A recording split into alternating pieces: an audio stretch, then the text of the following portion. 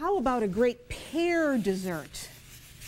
And here, in this pot, I've got some pears that I have just taken the skin off and also cored, and I've cooked them just until they are soft. I cook them in water that I put lemon juice with because I want the pears to stay nice and clean looking. I don't want them to turn brown. Now listen up, because you have to be really tuned in to chocolate. And when you're working with chocolate, when you're baking with chocolate, or you're going to make something like the semifreddo that we're going to make today, the spumone, you want to make sure that you're buying good quality chocolate. That means chocolate that has a high ratio of cocoa butter. And look at the shine on this chocolate. That's a great indicator too. It should break easily.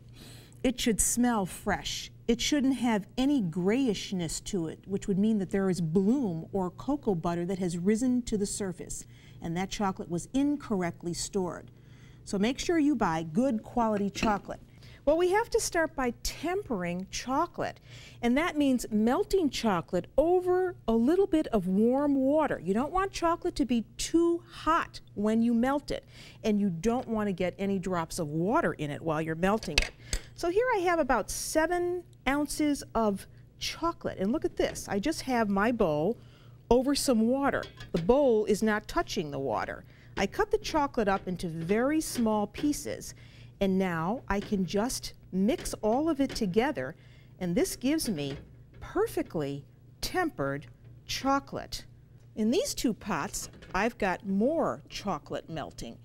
Here we have white chocolate, and here we have more dark chocolate.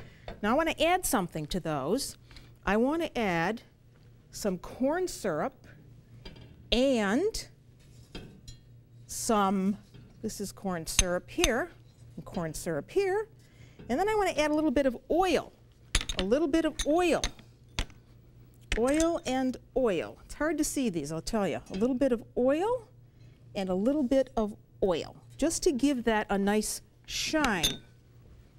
So now we stir those around to make that fairly liquid. We want to keep this warm now because we're going to have to decorate our pears with them. So you get that soft and smooth. And when I do this, I usually keep the pot over the bowl, over the warm water, so this doesn't get too cold. And there's the chocolate one. Now let me bring that one over with the pot, show you what happens here. So here are our pears, and there's no rhyme or reason as to how you do this. You can take a brush and you can paint the pears going all the way around. Do this on a, a dish that this is your work dish. This is not the dish that you're going to serve the pears on, going all the way around. Paint that pear totally, because then when your guest cuts into it, well, what a nice surprise. They have this wonderful chocolate coating on the outside and a delicious pear to eat inside. I think this is kind of fun, don't you? Look at that. It's almost as pretty as looking at the things in the Perugina chocolate shop. That's dark chocolate. Now what can we do with white chocolate? So now either you can do what I just did with the chocolate one, going all the way around, and it is messy, but you're going to love eating this. So really coat the pear well. These things take time, so take time to do a beautiful job. Go all the way around the pear. You see the white chocolate is a little thinner than our chocolate. Let me get that little spot down there.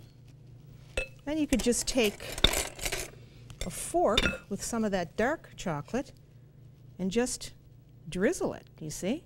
Just make a nice effect with it. Take a little bit more, as much as you want, because you can never have enough chocolate. Just go all the way around the pear. Look at that, how pretty that looks. It's a little marbleized effect. Well, there you have it.